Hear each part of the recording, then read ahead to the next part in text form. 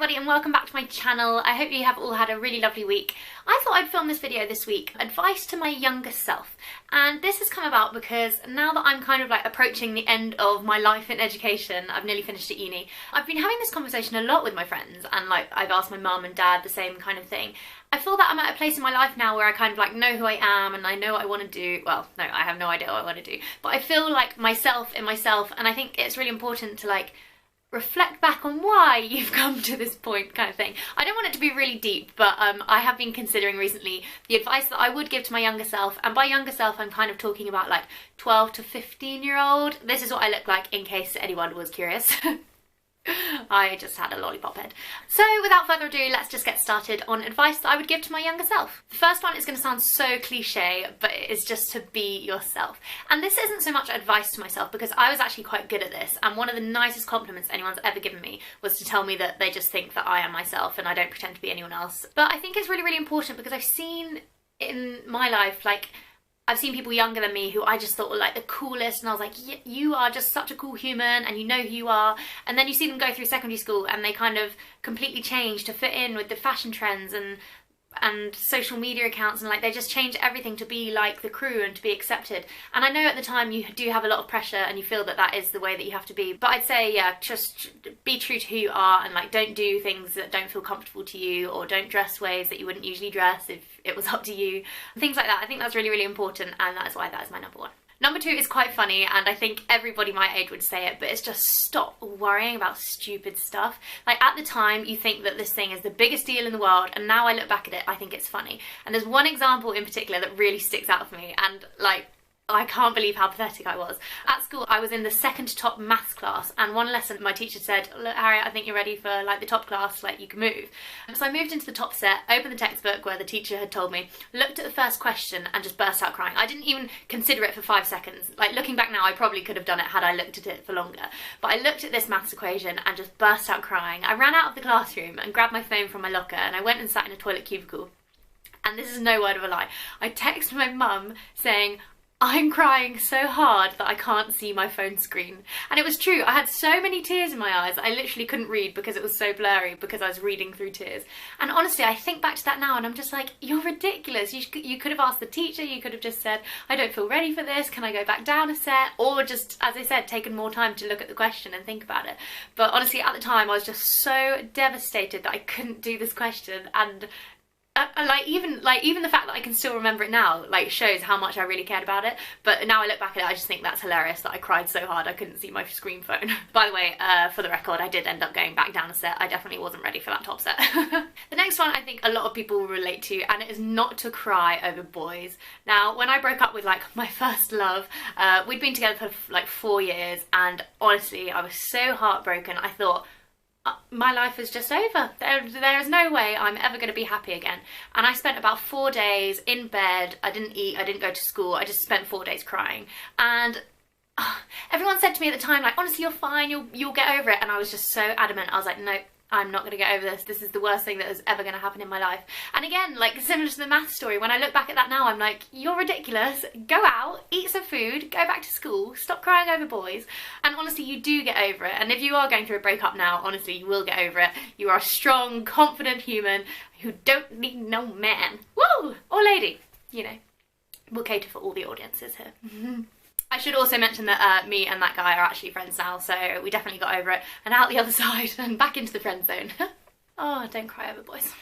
The next piece of advice I would give to my younger self is that changing your mind is really an okay thing.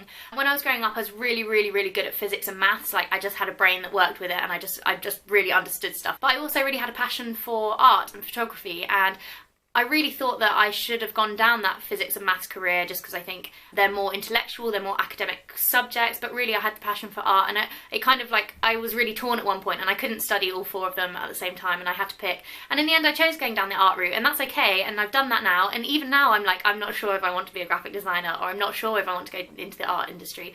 And even at 21, like about to leave uni, I feel like it's okay that I don't want to do this anymore. Or maybe I do, I'm really, really unsure. But yeah, it is okay to change your mind, and it's not something you should be stressing over or getting upset about. It's just one of those things that happens in life, and you shouldn't just settle for something that you're not enjoying. You should always strive to be enjoying your life and doing something that makes you happy.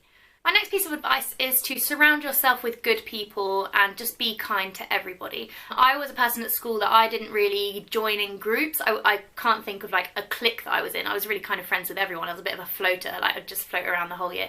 And it's the same at uni now, like groups aren't really a thing anymore, cliques aren't really a thing, everyone's just friends with everyone and everyone respects everyone.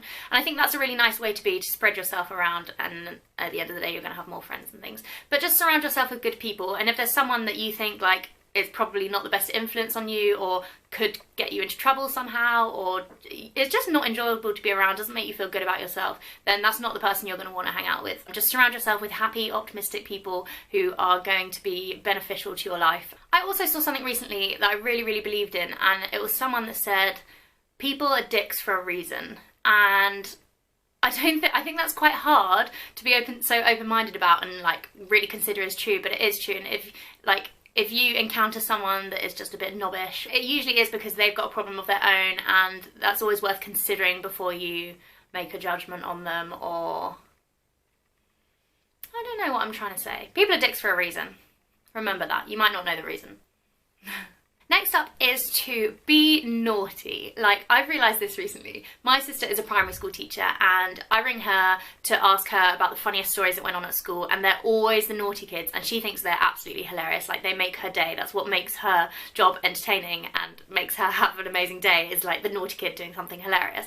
Not that I wasn't naughty at school, I did do some cheeky things, but I was really respectful of my teachers, which I also think is really important. But I do wish I had been a bit more naughtier and a bit more sneaky. Things like just really, really stupid stuff. But when I look back at school, like my favourite memories are when I was being really naughty, or when a teacher was like trying not to laugh while they were telling me off. Things like that. I think just embrace that. Enjoy school. My last piece of advice would be to love and respect your family, and this seems really, really obvious, and now that I'm 21, I'm like best friends with my mum and dad, and I can talk to them about anything, and we're pretty much like more pals than like mother and daughter, or father and daughter. Yeah, it's nice to get on with your parents. They do so much for you.